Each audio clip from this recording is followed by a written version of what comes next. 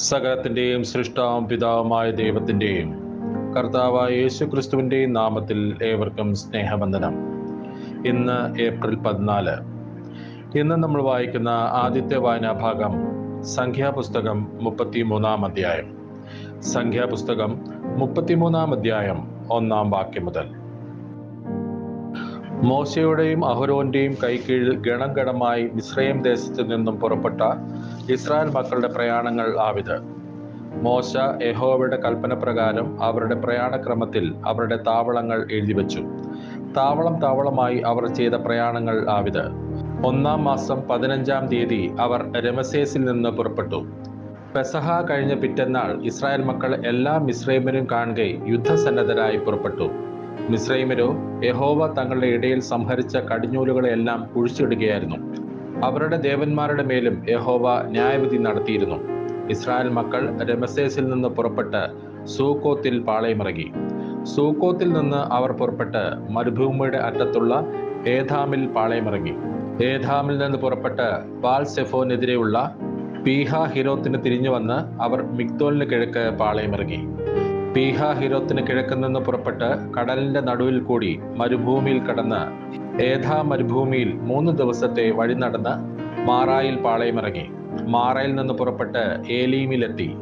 ഏലീമിൽ 12 നീരുറവും 70 ഈത്തപ്പനയും ഉണ്ടായിരുന്നത് കൊണ്ട് അവർ അവിടെ പാളയമിറങ്ങി.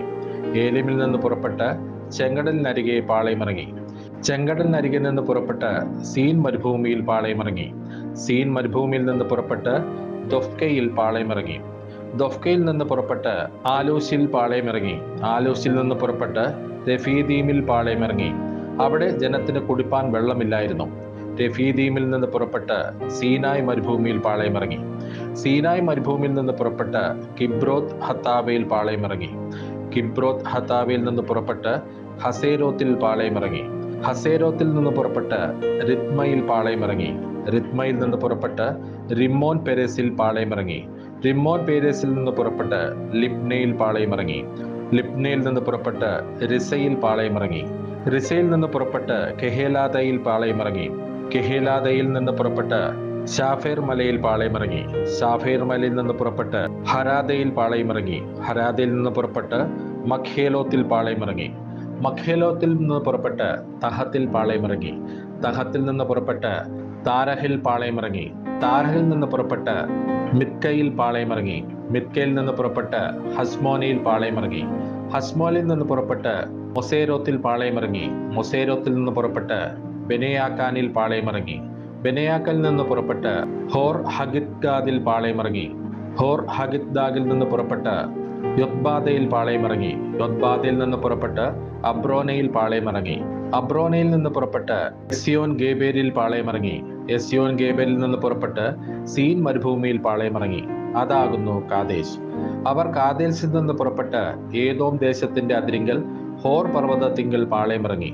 പുരോഹിതനായ അഹ്റോൻ യഹോവയുടെ കൽപ്പന പ്രകാരം ഹോർ പർവ്വതത്തിൽ കയറി. ഇസ്രായേൽ മക്കൾ മിസ്രയീം ദേശത്ത് നിന്ന് പോകുന്നതിന്റെ 40-ാം സംവത്സരം 5-ാം മാസം 1-ാം തീയതി അവിടെ വെച്ച് മരിച്ചു. അഹ്റോൻ ഹോർ പർവ്വതത്തിൽ വെച്ച് മരിച്ചപ്പോൾ അവന് 123 വയസ്സായിരുന്നു.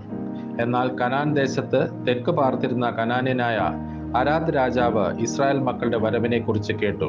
ഹോർ പർവ്വതത്തിൽ നിന്ന് അവർ പുറപ്പെട്ട് ശൽമോനയിൽ പാളയമിറങ്ങി. ശൽമോനയിൽ നിന്ന് പുറപ്പെട്ട് പൂനോനിൽ പാളയമിറങ്ങി. പൂനോനിൽ നിന്ന് പുറപ്പെട്ട് ഓബോത്തിൽ പാളയമിറങ്ങി. ഓബോത്തിൽ നിന്ന് പുറപ്പെട്ട് മോവാബിന്റെ അതിരിങ്കൽ ഈയെ അബാരീമിൽ പാളയമിറങ്ങി. ഈമിൽ നിന്ന് പുറപ്പെട്ട് ദീബോൻ ഗാദിൽ പാളയമിറങ്ങി. ദീബോൻ ഗാദിൽ നിന്ന് പുറപ്പെട്ട് അൽമോദി ബ്ലാദയീമിൽ പാളയമിറങ്ങി. അൽമോദി ബ്ലാദയീമിൽ നിന്ന് പുറപ്പെട്ട് നേബോവിനു കിഴക്ക് അബാരീം പർവ്വതത്തിങ്കൽ പാളയമിറങ്ങി. അബാരീം പർവ്വതത്തിൽ നിന്ന് പുറപ്പെട്ട് എരീഹോവിനെതിരെ യോർദാൻ അരികെ മോവാബ് സമഭൂമിയിൽ പാളയമിറങ്ങി. യോർദാൻ അരികെ മോവാബ് സമഭൂമിയിൽ ബേത് സെയിമോത്ത് മുതൽ ആബേൽ സിത്തീം വരെ പാളയമിറങ്ങി. എരീഹോവിനെതിരെ യോർദാൻ അരികെ മോവാബ് സമഭൂമിയിൽ വെച്ച് യഹോവ മോശയോട് അരുളി ചെയ്തത്, നീ ഇസ്രായേൽ മക്കളോട് പറയേണ്ടത് എന്തെന്നാൽ, നിങ്ങൾ യോർദാൻ അക്കരെ കനാൻ ദേശത്ത് കടന്ന ശേഷം ദേശത്തിലെ സകല നിവാസികളെയും നിങ്ങളുടെ മുമ്പിൽ നിന്ന് നീക്കിക്കളഞ്ഞ് അവരുടെ വിഗ്രഹങ്ങളെയും ബിംബങ്ങളെയും എല്ലാം തകർത്ത് അവരുടെ സകല പൂജാരികളെയും നശിപ്പിച്ചു കളയണം. നിങ്ങൾ ദേശം കൈവശമാക്കി അതിൽ കുടിപ്പാർക്കണം. നിങ്ങൾ കൈവശമാക്കേണ്ടതിന് ഞാൻ ആ ദേശം നിങ്ങൾക്ക് തന്നിരിക്കുന്നു. നിങ്ങൾ കുടുംബം കുടുംബമായി ദേശം ചീട്ടിട്ട് അവകാശമാക്കണം. ആളേറെയുള്ളവർക്ക് ഏറെയും കുറെയുള്ളവർക്ക് കുറയും അവകാശം കൊടുക്കണം.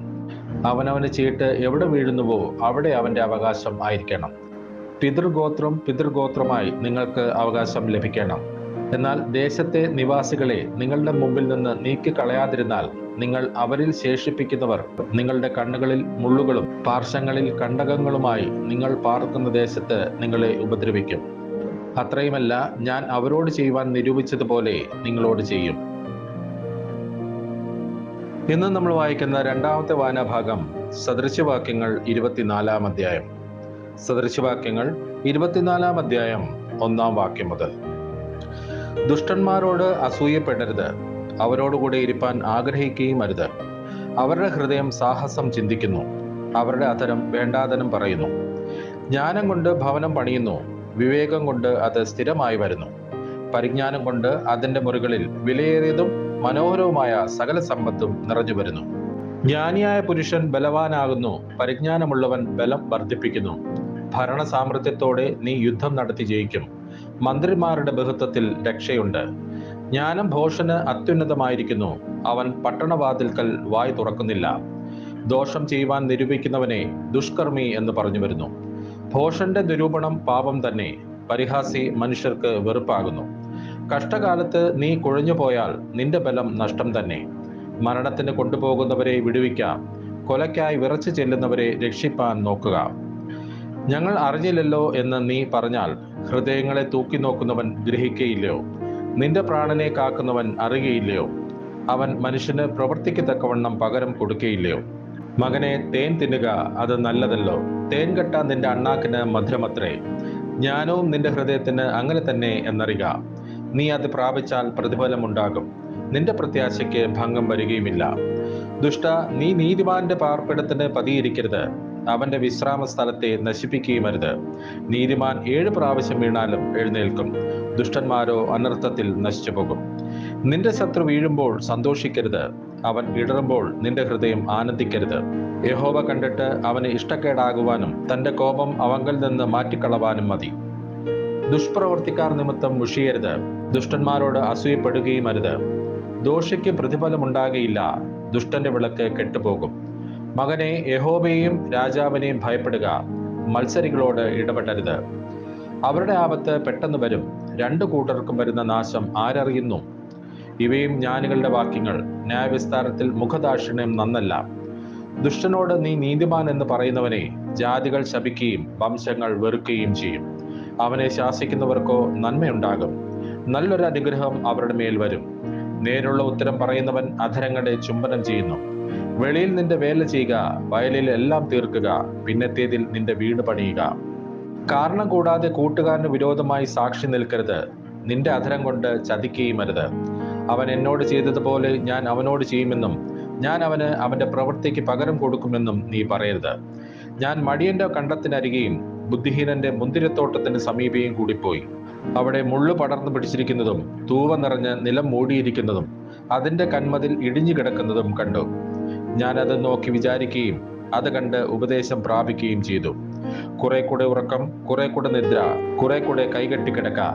അങ്ങനെ നിന്റെ ദാരിദ്ര്യം വഴിപോക്കനെ പോലെയും നിന്റെ ബുദ്ധിമുട്ട് ആയുധപാണിയെ പോലെയും വരും. ഇന്ന് നമ്മൾ വായിക്കുന്ന 3-ാമത്തെ വായനാഭാഗം യോഹന്നാൻ എഴുതിയ സുവിശേഷം 6-ാം അധ്യായം. യോഹന്നാൻ എഴുതിയ സുവിശേഷം 6-ാം അധ്യായം 1-ാം വാക്യം മുതൽ. അനന്തരം യേശു തിബരിയാസ് എന്ന ഗലീലക്കടലിലെ അക്കരയ്ക്ക് പോയി. അവൻ രോഗികളിൽ ചെയ്യുന്ന അടയാളങ്ങളെ കണ്ടിട്ട് ഒരു വലിയ പുരുഷാരം അവൻ്റെ പിന്നാലെ ചെന്നു. യേശു മലയിൽ കയറി ശിഷ്യന്മാരോടുകൂടെ അവിടെ ഇരുന്നു. യഹൂദന്മാരുടെ പെസഹ പെരുന്നാൾ അടുത്തിരുന്നു. യേശു വലിയൊരു പുരുഷാരം തൻ്റെ അടുക്കൽ വരുന്നത് കണ്ടിട്ട് ഫിലിപ്പോസിനോട്, ഇവർക്ക് തിന്നുവാൻ നാം എവിടെ നിന്ന് അപ്പം വാങ്ങും എന്ന് ചോദിച്ചു. ഇത് അവനെ പരീക്ഷിപ്പാനത്രേ ചോദിച്ചത്. താൻ എന്ത് ചെയ്യുവാൻ പോകുന്നു എന്ന് താൻ അറിഞ്ഞിരുന്നു. ഫിലിപ്പോസ് അവനോട്, ഓരോരുത്തന് അല്പം അല്പം ലഭിക്കേണ്ടതിന് 200 പണത്തിന് അപ്പം മതിയാകയില്ല എന്ന് ഉത്തരം പറഞ്ഞു. ശിഷ്യന്മാരിൽ ഒരുത്തനായ ശിമോൻ പത്രോസിന്റെ സഹോദരനായ അന്ത്രയോസ് അവനോട്, ഇവിടെ ഒരു ബാലകനുണ്ട്, അവന്റെ പക്കൽ 5 യവത്തപ്പവും 2 മീനുമുണ്ട്. എങ്കിലും ഇത്ര പേർക്ക് അത് എന്തുള്ളൂ എന്ന് പറഞ്ഞു. ആളുകളെ ഇരുത്തുവിൻ എന്ന് യേശു പറഞ്ഞു. ആ സ്ഥലത്ത് വളരെ പുല്ലുണ്ടായിരുന്നു. 5000-ഓളം പുരുഷന്മാർ ഇരുന്നു. പിന്നെ യേശു അപ്പം എടുത്ത് വാഴ്ത്തി ഇരുന്നവർക്ക് പങ്കിട്ടു കൊടുത്തു. അങ്ങനെ തന്നെ മീനും വേണ്ടുന്നിടത്തോളം കൊടുത്തു. അവർക്ക് തൃപ്തിയായ ശേഷം അവൻ ശിഷ്യന്മാരോട്, ശേഷിച്ച കഷ്ണം ഒന്നും നഷ്ടമാക്കാതെ ശേഖരിപ്പിൻ എന്ന് പറഞ്ഞു. 5 യവത്തപ്പത്തിൽ നിന്ന് ശേഷിച്ച കഷ്ണം അവർ ശേഖരിച്ചു. 12 കുട്ട നിറച്ചെടുത്തു. അവൻ ചെയ്ത അടയാളം ആളുകൾ കണ്ടിട്ട്, ലോകത്തിലേക്ക് വരുവാനുള്ള പ്രവാചകൻ ഇവനാകുന്നു സത്യം എന്ന് പറഞ്ഞു. അവർ വന്ന് തന്നെ പിടിച്ച് രാജാവാക്കുവാൻ ഭാവിക്കുന്നു എന്ന് യേശു അറിഞ്ഞിട്ട് പിന്നെയും തനിച്ച് മലയിലേക്ക് വാങ്ങിപ്പോയി. സന്ധ്യയായപ്പോൾ ശിഷ്യന്മാർ കടൽപ്പുറത്തേക്ക് ഇറങ്ങി പടക് കയറി കടലക്കരെ കവർന്നഹൂമിലേക്ക് യാത്രയായി. ഇരുട്ടായ ശേഷവും യേശു അവരുടെ അടുക്കൽ വന്നിരുന്നില്ല. കൊടുങ്കാറ്റടിക്കിയാൽ കടൽ കോപിച്ചു. അവർ 4-5 നാഴിക ദൂരത്തോളം വലിച്ച ശേഷം യേശു കടലിന്മേൽ നടന്ന് പടകിനോട് സമീപിക്കുന്നത് കണ്ട് പേടിച്ചു. അവൻ അവരോട്, ഞാനാകുന്നു, പേടിക്കണ്ട എന്ന് പറഞ്ഞു. അവർ അവനെ പടകിൽ കയറ്റുവാൻ ഇച്ഛിച്ചു. ഉടനെ പടക് അവർ പോകുന്ന ദേശത്ത് എത്തിപ്പോയി. പിറ്റേന്നാൾ കടൽക്കരയിൽ നിന്ന പുരുഷാരം ഒരു പടകല്ലാതെ അവിടെ വേറെ ഇല്ലായിരുന്നു എന്നും യേശു ശിഷ്യന്മാരോടുകൂടെ പടകിൽ കയറാതെ ശിഷ്യന്മാർ മാത്രം പോയിരുന്നു എന്നും ഗ്രഹിച്ചു. എന്നാൽ കർത്താവ് വാഴ്ത്തിയിട്ട് അവർ അപ്പം തിന്ന സ്ഥലത്തിനരികെ തിബരിയാസിൽ നിന്ന് ചെറുപടകുകൾ എത്തിയിരുന്നു. യേശു അവിടെയില്ല, ശിഷ്യന്മാരുമില്ല എന്ന് പുരുഷാരം കണ്ടപ്പോൾ തങ്ങളും പടക് കയറി യേശുവിനെ തിരഞ്ഞ് കവർന്നഹൂമിലെത്തി. കടലക്കരെ അവനെ കണ്ടെത്തിയപ്പോൾ, റബ്ബി, നീ എപ്പോൾ ഇവിടെ വന്നു എന്ന് ചോദിച്ചു. അതിന് യേശു, ആമേൻ ആമേൻ, ഞാൻ നിങ്ങളോട് പറയുന്നു, നിങ്ങൾ അടയാളം കണ്ടതുകൊണ്ടല്ല, അപ്പം തിന്ന് തൃപ്തരായതുകൊണ്ടത്രേ എന്നെ അന്വേഷിക്കുന്നത്. നശിച്ചു പോകുന്ന ആഹാരത്തിനായിട്ടല്ല, നിത്യജീവങ്കിലേക്ക് നിലനിൽക്കുന്ന ആഹാരത്തിനായിട്ട് തന്നെ പ്രവർത്തിപ്പിൻ. അത് മനുഷ്യപുത്രൻ നിങ്ങൾക്ക് തരും. അവനെ പിതാവായ ദൈവം മുദ്രയിട്ടിരിക്കുന്നു എന്ന് ഉത്തരം പറഞ്ഞു. അവർ അവനോട്, ദൈവത്തിന് പ്രസാദമുള്ള പ്രവൃത്തികളെ പ്രവർത്തിക്കേണ്ടതിന് ഞങ്ങൾ എന്ത് ചെയ്യണം എന്ന് ചോദിച്ചു. യേശു അവരോട്, ദൈവത്തിന് പ്രസാദമുള്ള പ്രവൃത്തി അവൻ അയച്ചവനിൽ നിങ്ങൾ വിശ്വസിക്കുന്നതത്രേ എന്ന് ഉത്തരം പറഞ്ഞു. അവർ അവനോട്, ഞങ്ങൾ കണ്ട് നിന്നെ വിശ്വസിക്കേണ്ടതിന് നീ എന്ത് അടയാളം ചെയ്യുന്നു, എന്ത് പ്രവർത്തിക്കുന്നു? നമ്മുടെ പിതാക്കന്മാർ മരുഭൂമിയിൽ മന്ന തിന്ന് അവർക്ക് തിന്നുവാൻ സ്വർഗത്തിൽ നിന്ന് അപ്പം കൊടുത്തു എന്ന് എഴുതിയിരിക്കുന്നുവല്ലോ എന്ന് പറഞ്ഞു. യേശു അവരോട്, ആമേൻ ആമേൻ, ഞാൻ നിങ്ങളോട് പറയുന്നു, സ്വർഗത്തിൽ നിന്നുള്ള അപ്പം മോശയല്ല നിങ്ങൾക്ക് തന്നത്. എൻ്റെ പിതാവത്രേ സ്വർഗത്തിൽ നിന്നുള്ള സാക്ഷാൽ അപ്പം നിങ്ങൾക്ക് തരുന്നത്. ദൈവത്തിൻ്റെ അപ്പമോ സ്വർഗത്തിൽ നിന്ന് ഇറങ്ങി വന്ന് ലോകത്തിന് ജീവനെ കൊടുക്കുന്നത് ആകുന്നു എന്ന് പറഞ്ഞു. അവർ അവനോട്, കർത്താവേ, ഈ അപ്പം എപ്പോഴും ഞങ്ങൾക്ക് തരയണമേ എന്ന് പറഞ്ഞു. യേശു അവരോട് പറഞ്ഞത്, ഞാൻ ജീവൻ്റെ അപ്പമാകുന്നു. എൻ്റെ അടുക്കൽ വരുന്നവന് വിശക്കുകയില്ല, എന്നിൽ വിശ്വസിക്കുന്നവന് ഒരു നാളും ദാഹിക്കുകയുമില്ല. എന്നാൽ നിങ്ങൾ എന്നെ കണ്ടിട്ടും വിശ്വസിക്കുന്നില്ല എന്ന് ഞാൻ നിങ്ങളോട് പറഞ്ഞുവല്ലോ. പിതാവ് എനിക്ക് തരുന്നതൊക്കെയും എൻ്റെ അടുക്കൽ വരും. എൻ്റെ അടുക്കൽ വരുന്നവനെ ഞാൻ ഒരു നാളും തള്ളിക്കളയുകയില്ല.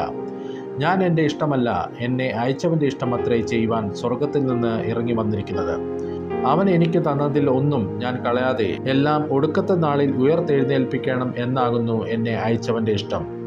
പുത്രനെ നോക്കിക്കൊണ്ട് അവനിൽ വിശ്വസിക്കുന്ന ഏവനും നിത്യജീവൻ ഉണ്ടാകണമെന്നാകുന്നു എൻ്റെ പിതാവിൻ്റെ ഇഷ്ടം. ഞാൻ അവനെ ഒടുക്കത്തെ നാളിൽ ഉയർത്തെഴുന്നേൽപ്പിക്കും. ഞാൻ സ്വർഗത്തിൽ നിന്നിറങ്ങി വന്ന അപ്പമെന്ന് അവൻ പറഞ്ഞതിനാൽ യഹൂദന്മാർ അവനെക്കുറിച്ച് പിറുപിറുത്തു. ഇവൻ യോസെഫിൻ്റെ പുത്രനായ യേശുവല്ലയോ? അവൻ്റെ അപ്പനെയും അമ്മയും നാം അറിയുന്നുവല്ലോ. പിന്നെ ഞാൻ സ്വർഗത്തിൽ നിന്ന് ഇറങ്ങി വന്നു എന്ന് അവൻ പറയുന്നത് എങ്ങനെയെന്ന് അവർ പറഞ്ഞു. യേശു അവരോട് ഉത്തരം പറഞ്ഞത്, നിങ്ങൾ തമ്മിൽ തമ്മിൽ പിറുപിറുക്കേണ്ട. എന്നെ അയച്ച പിതാവ് ആകർഷിച്ചിട്ടല്ലാതെ ആർക്കും എൻ്റെ അടുക്കൽ വരുവാൻ കഴിയുകയില്ല. ഞാൻ ഒടുക്കത്തെ നാളിൽ അവനെ ഉയർത്തെഴുന്നേൽപ്പിക്കും. എല്ലാവരും ദൈവത്താൽ ഉപദേശിക്കപ്പെട്ടവർ ആകും എന്ന് പ്രവാചക പുസ്തകങ്ങളിൽ എഴുതിയിരിക്കുന്നു. പിതാവിനോട് കേട്ട് പഠിച്ചവനെല്ലാം എൻ്റെ അടുക്കൽ വരും. പിതാവിനെ ആരെങ്കിലും കണ്ടിട്ടുണ്ട് എന്നല്ല, ദൈവത്തിൻ്റെ അടുക്കൽ നിന്ന് വന്നവൻ മാത്രമേ പിതാവിനെ കണ്ടിട്ടുള്ളൂ. ആമേൻ ആമേൻ, ഞാൻ നിങ്ങളോട് പറയുന്നു, വിശ്വസിക്കുന്നവന് നിത്യജീവനുണ്ട്. ഞാൻ ജീവന്റെ അപ്പമാകുന്നു. നിങ്ങളുടെ പിതാക്കന്മാർ മരുഭൂമിയിൽ മന്ന തിന്നിട്ടും മരിച്ചുവല്ലോ. ഇതോ തിന്നുന്നവൻ മരിക്കാതിരിക്കേണ്ടതിന് സ്വർഗത്തിൽ നിന്ന് ഇറങ്ങുന്ന അപ്പമാകുന്നു. സ്വർഗത്തിൽ നിന്ന് ഇറങ്ങിയ ജീവനുള്ള അപ്പം ഞാനാകുന്നു. ഈ അപ്പം തിന്നുന്നവനെല്ലാം എന്നേക്കും ജീവിക്കും. ഞാൻ കൊടുക്കാനിരിക്കുന്ന അപ്പമോ ലോകത്തിന്റെ ജീവന് വേണ്ടി ഞാൻ കൊടുക്കുന്ന എൻ്റെ മാംസമാകുന്നു. ആകയാൽ യഹൂദന്മാർ, നമുക്ക് തൻ്റെ മാംസം തിന്നേണ്ടതിന് തരുവാൻ ഇവന് എങ്ങനെ കഴിയുമെന്ന് പറഞ്ഞ് തമ്മിൽ വാദിച്ചു. യേശു അവരോട് പറഞ്ഞത്, ആമേൻ ആമേൻ ഞാൻ നിങ്ങളോട് പറയുന്നു, നിങ്ങൾ മനുഷ്യപുത്രന്റെ മാംസം തിന്നാതെയും അവന്റെ രക്തം കുടിക്കാതെയും ഇരുന്നാൽ നിങ്ങൾക്ക് ഉള്ളിൽ ജീവനില്ല. എന്റെ മാംസം തിന്നുകയും എന്റെ രക്തം കുടിക്കുകയും ചെയ്യുന്നവന് നിത്യജീവനുണ്ട്. ഞാൻ ഒടുക്കത്തെ നാളിൽ അവനെ ഉയർത്തെഴുന്നേൽപ്പിക്കും. എന്റെ മാംസം സാക്ഷാൽ ഭക്ഷണവും എന്റെ രക്തം സാക്ഷാൽ പാനീയവുമാകുന്നു. എന്റെ മാംസം തിന്നുകയും എന്റെ രക്തം കുടിക്കുകയും ചെയ്യുന്നവൻ എന്നിലും ഞാൻ അവനിലും വസിക്കുന്നു. ജീവനുള്ള പിതാവ് എന്നെ അയച്ചിട്ട് ഞാൻ പിതാവിൻ മൂലം ജീവിക്കുന്നത് പോലെ എന്നെ തിന്നുന്നവൻ എൻ മൂലം ജീവിക്കും. സ്വർഗത്തിൽ നിന്ന് ഇറങ്ങി വന്ന അപ്പം ഇതാകുന്നു. പിതാക്കന്മാർ തിന്നുകയും മരിക്കുകയും ചെയ്തതുപോലെയല്ല, ഈ അപ്പം തിന്നുന്നവൻ എന്നേക്കും ജീവിക്കും. അവൻ കവർന്നഹൂമിൽ ഉപദേശിക്കുമ്പോൾ പള്ളിയിൽ വെച്ച് ഇത് പറഞ്ഞു. അവന്റെ ശിഷ്യന്മാർ പലരും അത് കേട്ടിട്ട്, ഇത് കഠിനവാക്ക്, ഇത് ആർക്ക് കേൾപ്പാൻ കഴിയും എന്ന് പറഞ്ഞു. ശിഷ്യന്മാർ അതിനെ ചൊല്ലി പിറുപിറുക്കുന്നത് യേശു തന്നിൽ തന്നെ അറിഞ്ഞ് അവരോട്, ഇത് നിങ്ങൾക്ക് ഇടർച്ചയാകുന്നുവോ? മനുഷ്യപുത്രൻ മുമ്പേ ഇരുന്നിടത്തേക്ക് കയറിപ്പോകുന്നത് നിങ്ങൾ കണ്ടാലോ? ജീവിപ്പിക്കുന്നത് ആത്മാവാകുന്നു, മാംസം ഒന്നിനും ഉപകരിക്കുന്നില്ല. ഞാൻ നിങ്ങളോട് സംസാരിച്ച വചനങ്ങൾ ആത്മാവും ജീവനുമാകുന്നു. എങ്കിലും വിശ്വസിക്കാത്തവർ നിങ്ങളുടെ ഇടയിൽ ഉണ്ട് എന്ന് പറഞ്ഞു. വിശ്വസിക്കാത്തവർ ഇന്നവർ എന്നും തന്നെ കാണിച്ചു കൊടുക്കുന്നവൻ ഇന്നവനെന്നും യേശു ആദ്യം മുതൽ അറിഞ്ഞിരുന്നു. ഇത് ഹേതുവായിട്ടത്രേ ഞാൻ നിങ്ങളോട് പിതാവ് കൃപ നൽകിയിട്ടല്ലാതെ ആർക്കും എൻ്റെ അടുക്കൽ വരുവാൻ കഴിയുകയില്ല എന്ന് പറഞ്ഞത് എന്നും അവൻ പറഞ്ഞു. അന്നു മുതൽ അവൻ്റെ ശിഷ്യന്മാരിൽ പലരും പിൻവാങ്ങിപ്പോയി, പിന്നെ അവനോട് കൂടെ സഞ്ചരിച്ചില്ല. ആകയാൽ യേശു പന്തിരുവരോട്, നിങ്ങൾക്കും പൊയ്ക്കൊള്ളുവാൻ മനസ്സുണ്ടോ എന്ന് ചോദിച്ചു. ശിമോൻ പത്രോസ് അവനോട്, കർത്താവേ, ഞങ്ങൾ ആരുടെ അടുക്കൽ പോകും? നിത്യജീവന്റെ വചനം നിന്റെ പക്കലുണ്ട്. നീ ദൈവത്തിന്റെ പരിശുദ്ധൻ എന്ന് ഞങ്ങൾ വിശ്വസിച്ചും അറിഞ്ഞുമിരിക്കുന്നു എന്ന് ഉത്തരം പറഞ്ഞു. യേശു അവരോട്, നിങ്ങളെ 12 പേരെ ഞാൻ തിരഞ്ഞെടുത്തില്ലയോ? എങ്കിലും നിങ്ങളിൽ ഒരുത്തൻ ഒരു പിശാചാകുന്നു എന്ന് ഉത്തരം പറഞ്ഞു. ഇത് അവൻ ശിമോൻ ഇസ്കറിയോത്താവിന്റെ മകനായ യൂദായെ കുറിച്ച് പറഞ്ഞു. ഇവൻ 12 ഒരുത്തനെങ്കിലും അവനെ കാണിച്ചു കൊടുക്കാനുള്ളവൻ ആയിരുന്നു. ഇന്ന് നമ്മൾ വായിച്ചു കേട്ട ഈ വേദഭാഗങ്ങളാൽ പിതാവായ ദൈവത്തിൽ നിന്നും കർത്താവായ ക്രിസ്തുയേശുവിൽ നിന്നും ഏവർക്കും കൃപയും കനിവും സമാധാനവും ഉണ്ടാകട്ടെ. ആമേൻ.